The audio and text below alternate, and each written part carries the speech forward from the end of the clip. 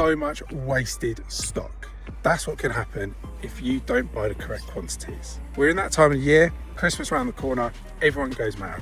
They buy so much stock because they think, oh, it's Christmas, it's all sale. But are they calculating the stock requirements correctly, or are they just making wild assumptions? If you're buying stock without checking Keeper and working out exactly how much stock you need, then you are doing it wrong. When that happens, people end up with far too much stock, and all that happens is they've still got all this Christmas stock in January, and people then panic, they crash the price, and they end up selling stock for a loss. So all the stock you did sell gets evened out with all the stock you don't sell. So how do we solve this problem? We check Keeper. Far too many people are selling and still don't understand what and how to use Keeper. What we need to do is we need to use the Keeper graphs, we need to look at the stock last year, we need to look at the trends throughout the year, and we need to make educated guesses on how much stock each seller can have. You need to take into account how many other sellers there are. You also need to take into account the size and experience of these sellers. You can do that by checking how many reviews they've got and seeing if they are likely to be a wholesaler or maybe just doing OA. Once you've worked out these calculations,